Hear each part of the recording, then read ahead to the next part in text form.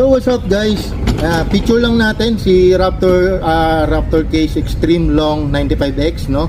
So tingnan natin kung ano yung ginawa ko sa kanya at saka kung ano yung mga features niya, no? So yun, yan, gawa siya sa resin and fiberglass material, no? So talagang matibay, no? And yan, meron siyang gulong, no, para makatulong suporta pag mabigat yung dala mo, and meron siyang 4 na lock, and meron siyang carry handle dito, and carry handle dito once nagagamitin mo yung trolley type na gulong niya, no. So yun, open natin guys. So yan, kung makikita nyo, meron siyang rubber grommet dito.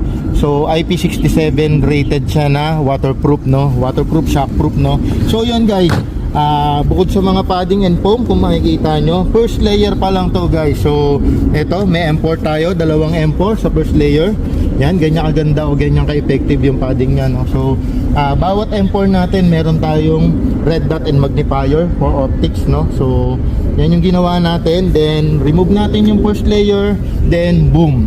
Yes guys, binaximize natin yung gamit ng Raptor Case Extreme Long 95X, no. So meron tayo ditong 6 na magazine for the TAN unit, and meron tayong 6 na polymer magazine for the Daniel Defense unit, and yes, may dalawang pistol tayo rito, and tig-3 magazine nila, no. And may space pa tayo dito guys. So yun guys, minaximize lang natin yung gamit ng Raptor Case 95X, Raptor Case Extreme Long 95X, no. So yun guys, binigyan ko kayo ng idea para alam nyo.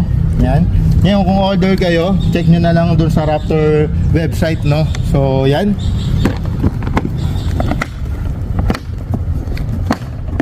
no, diba? So swabing swabe guys, no.